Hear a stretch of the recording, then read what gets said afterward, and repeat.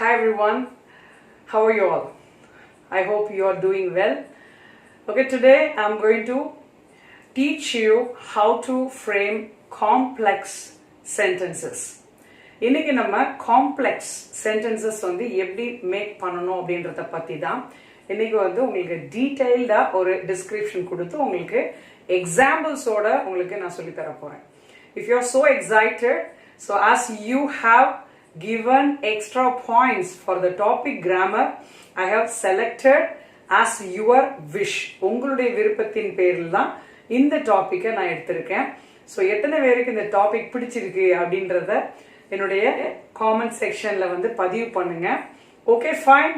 So let's start. So we are going to divide this complex sentence into two. ரெண்டு விதமா இதை நம்ம பிரிக்க போறோம். The first one is independent clause. The second one is dependent clause. இந்த ரெண்டுதுமே என்ன அப்படின்றது நிறைய பேருக்கு ஒரு குழப்பம். See, independent அப்படின்ற வார்த்தை நம்ம எங்க யூஸ் பண்ணுவோம்? இவர் தனியா நிக்கிறாரு, இவர் தன்னுடைய சொந்த காலில் நிக்கிறாரு அப்படின்னு நம்ம சொல்லியிருப்போம். He is independent person அப்படின்னு நம்ம சொல்லியிருப்போம். ஸோ இண்டிபெண்டன்ட் அப்படின்றது என்னன்னா, அவர் தனியா நிக்கிறார் அப்படின்னா அவர் தனியா நிக்கிறாருன்றது என்னது அர்த்தம் கொள்ளுகிறது. அதே மாதிரிதான் இண்டிபெண்டன்ட் அப்படின்றது எந்த வித சப்போர்ட் இல்லாம அது தனியா மீனிங் கொடுக்கும் அந்த சென்டென்ஸ். அதே மாதிரி இந்த கிளாஸ் எடுத்துக்கிட்டீங்கன்னா இது வந்து சபார்டினேட்டிங் அப்படின்ற ஒரு கன்ஜங்ஷனோட வரும். கன்ஜங்ஷன் அப்படின்னு சொல்லுவோம் இல்லையா? So since, although, if, until, unless, as, because, after, when, before, இந்த மாதிரி கன்ஜங்ஷன்ஸோட தான் வந்து இந்த டிபெண்டன்ட் கிளாஸ் வந்து வரும். ஸோ இந்த டிபெண்டன்ட் கிளாஸ் வந்து இந்த சபார்டினேட்டிங் கன்ஜங்ஷன்ஸோட வர்றதுனால அது வந்து பாத்தீங்கன்னா ஒரு துணையா தான் வந்து நிற்கும். அது வந்து தனித்து செயல்படாது. அதாவது இண்டிபெண்டன்ட் கிளாஸோட தான் அது கலந்து காணப்படும் அப்படின்றத நம்ம அருமையா காம்ப்ளெக்ஸ் சென்டென்ஸ்ல பாக்குறோம். ஸோ நிறைய பேருக்கு இந்த குழப்பம் சரியா இருக்கும்னு நினைக்கிறேன். I think I have cleared your doubts. Anyhow, let me give you some examples to explain you briefly. இதை வந்து நான் உங்களுக்கு விவரமா சொல்லி கொடுக்கறதுக்கு எக்ஸாம்பிள்ஸ் வேணும் இல்லையா? ஸோ அதுக்கு தான் I have chosen some sentences. அதை உங்களுக்கு நான் சொல்லி தரேன். Here I have used 3 tenses. என்னென்ன tenses அப்படின்னா, first one is present tense, second one is past tense, and the third one is future tense. சரியா? ஸோ இப்போ நீங்க என்ன பண்ண போறீங்க அப்படின்னா, இப்போ ஒவ்வொரு டென்ஸ்லயே உள்ள அந்த சபார்டினேட்டிங் கன்ஜங்ஷன்ஸை வந்து நீங்க உத்து பாருங்க. அதனோட நான் சொல்லக்கூடிய விளக்கத்தை சரியா நோட் பண்ணி வச்சுக்கோங்க நோட்ல. People visit Ooty because it is so beautiful. இப்போ நல்லா பாருங்க, இந்த because it is so beautiful அப்படின்றத கட் பண்ணிருங்க. கட் பண்ணிட்டீங்கன்னா people visit Ooty, இது மீனிங் தருதா இல்லையா? கண்டிப்பா it is a meaningful sentence because it is independent clause. இது வந்து independent clause. அதனால இது தனியா நின்றா கூட, தனித்து நின்றா கூட அர்த்தம் தரும். ஆனா இது அப்படி இல்லை. Can you read this? Because it is so beautiful. நம்ம இதை சொல்றோம்னு வச்சுக்கோங்களேன், இதை தனியா சொல்லும் போது நம்ம எதை பியூட்டிஃபுல் சொல்றோம்னே தெரியல. ஸோ ஒரு இடத்தை சொல்றோமா, பொருளை சொல்றோமான்னு தெரியல. ஸோ இது வந்து ஏதோ ஒரு விஷயத்தோட தொடர்புடையதாகத்தான் இது இருக்குது. அதனால இது தனித்து வராது. அதனாலதான் நம்ம டிபெண்டன்ட், இதை டிபெண்ட் பண்ணி, அதாவது இந்த இண்டிபெண்டன்ட் கிளாஸை டிபெண்ட் பண்ணி தான் இந்த சென்டென்ஸ் வந்து வரும். அதுக்கு நீங்க என்ன ஒரு ஆதாரம் தேடுறீங்க அப்படின்னு நான் பார்த்துட்டு இருக்கேன். பிகாஸ், இந்த பிகாஸ் அப்படின்றது சபார்டினேட்டிங் கன்ஜங்ஷன். ஸோ சபார்டினேட்டிங் கன்ஜங்ஷன்ல இருந்து நம்ம எடுத்து போட்டிருக்கோம். ஸோ உங்களுக்கு இப்போ புரிஞ்சிருக்குன்னு நினைக்கிறேன்.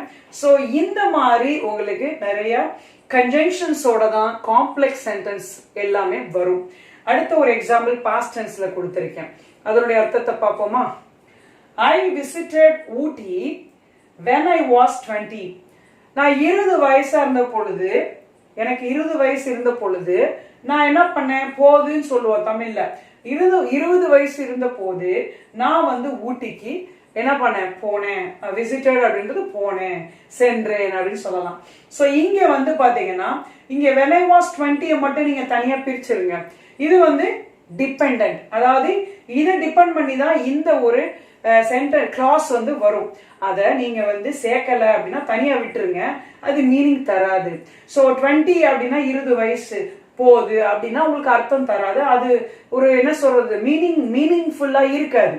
அப்ப ஐ விசிட்டட் ஊட்டின்றது உங்களுக்கு மீனிங்ஃபுல்லா இருக்கும். ஏதோ ஒரு போன வருஷம் நான் விசிட் பண்ணிருப்பேன் கூட வச்சுக்கோங்களேன்.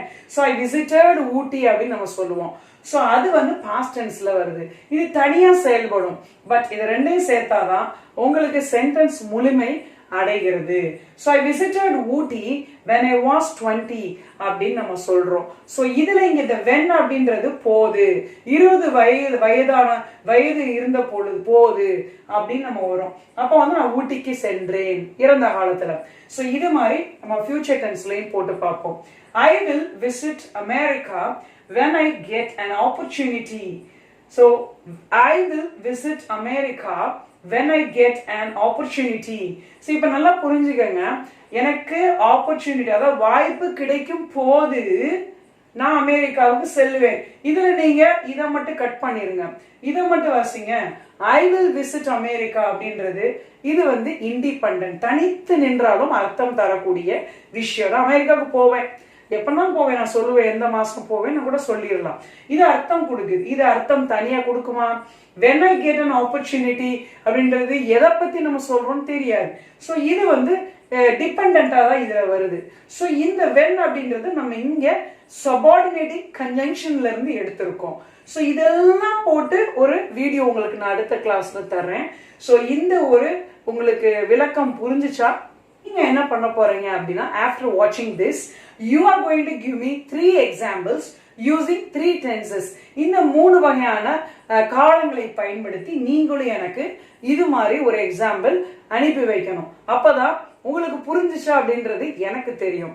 ஓகே நண்பர்களே, அடுத்து இந்த சபார்டினேட்டிங் கன்ஜங்ஷன்ஸோட உங்களுக்கு நிறைய விளக்கங்களோட எக்ஸாம்பிள்ஸோட நான் உங்களுக்கு சொல்லி தரேன். ஓகே நண்பர்களே, இன்னைக்கு நம்ம வந்து காம்ப்ளெக்ஸ் அப்படின்ற சென்டென்ஸ் வந்து நம்ம எப்படி ஃபார்ம் பண்ணணும் அப்படின்னு பார்த்தோம். அடுத்த கிளாஸ்ல உங்களுக்கு சிம்பிள் அண்ட் காம்பவுண்ட் சொல்லி கொடுக்குறேன். ஸோ அதனால சப்ஸ்கிரைப் பண்ணிட்டு நம்ம சேனலை ஷேர் பண்ணுங்க. தேங்க்யூ ஃபார் வாட்சிங்.